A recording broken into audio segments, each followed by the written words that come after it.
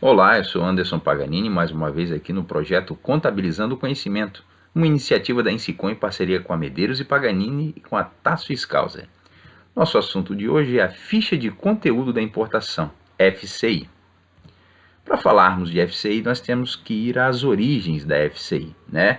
Originalmente, a resolução do Senado Federal número 13 de 2012 estabeleceu a adoção das alíquotas interestaduais de 4% nas operações interestaduais das seguintes situações: operações com bens e mercadorias importados do exterior que, após seu desembaraço aduaneiro, não tenham sido submetidos a processo de industrialização, ou, ainda que submetidos a qualquer processo de industrialização, transformação, beneficiamento, montagem, acondicionamento, reacondicionamento, renovação ou recondicionamento, que são exatamente os processos definidos como sendo de industrialização lá no regulamento do IPI, resultem em mercadorias ou bens com conteúdo de importação superior a 40%. Mas o que seria o conteúdo de importação? O conteúdo de importação é definido como sendo o percentual correspondente ao quociente entre o valor da parcela importada do exterior e o valor total da operação de saída interestadual da mercadoria ou bem. Essa definição está na própria resolução que criou as alíquotas de 4%. As exceções para a aplicação dessa regra são as seguintes: bens e mercadorias importados do exterior que não tenham similar nacional, e aí esses bens são definidos numa lista editada pela CAMEX. Bens produzidos em conformidade com os processos produtivos básicos, os chamados PPBs, constantes destas legislações aí expostas, e também as operações que destinem gás natural importado do exterior a outros estados. Então, nessas três situações, não se aplica a regra de alíquota de 4% nas operações interestaduais. E para a estruturação da FCI, tem-se que observar o ajuste CINIEF número 19 de 2012. Nós não vamos entrar aqui nos detalhes do cálculo do conteúdo de importação constantes lá do ajuste CINIEF citado, mas nós vamos afirmar o seguinte: nas hipóteses de operações com bens ou mercadorias importados que tenham sido submetidos a processo de industrialização, o contribuinte industrializador deverá preencher a ficha de conteúdo de importação, a FCI.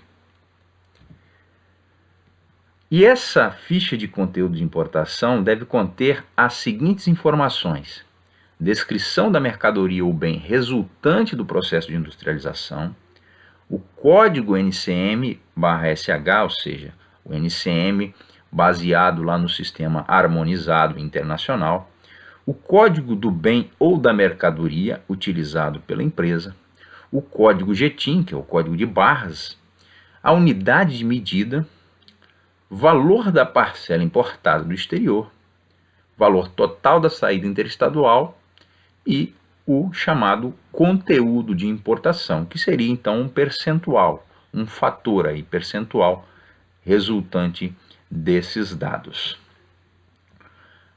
Outro fator importante a ser observado: tem que ser estruturada uma ficha de conteúdo de importação para cada bem produzido. Ela deve ser preenchida de forma individualizada por bem ou mercadoria produzido, devendo ainda ser utilizado o valor unitário, que será calculado pela média aritmética ponderada praticado no último período de apuração. Sempre que houver alteração em percentual superior a 5% no conteúdo de importação de um determinado bem, ou que implique alteração da alíquota interestadual aplicável à operação, deve ser apresentada uma nova FCI para esse bem. E qual o meio de transmissão da FCI? Isso tudo está definido lá, inclusive o manual de orientação para a entrega da FCI está constando lá do ato COTEP número 61 de 2012. Tá?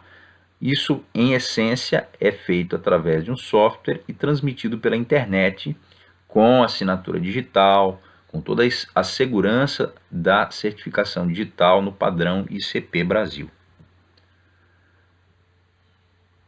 a transmissão resulta num número de controle para cada FCI.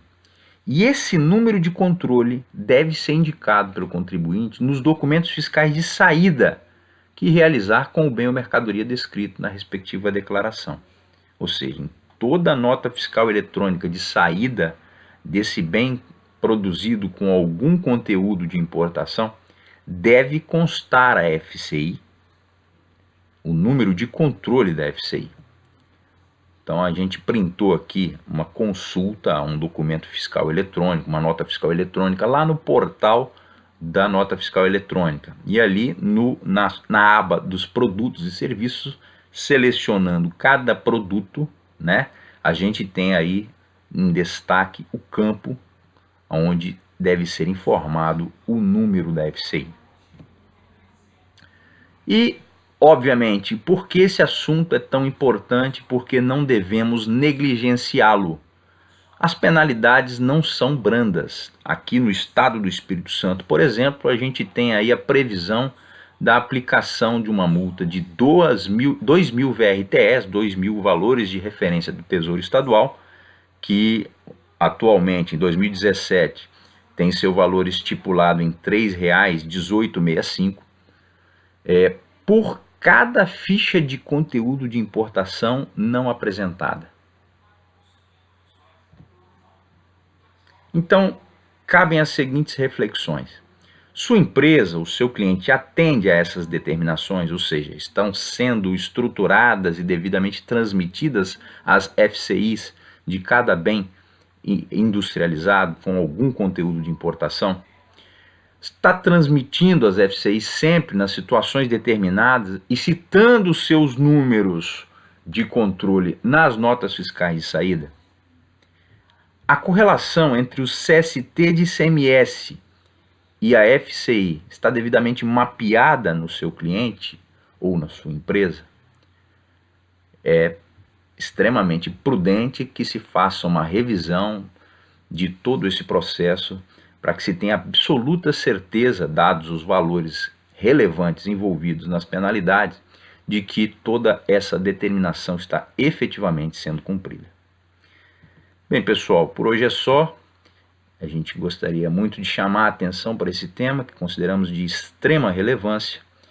Estão aí os nossos dados para contato. Não deixem de dar o seu like, sua curtida, é muito importante para nós.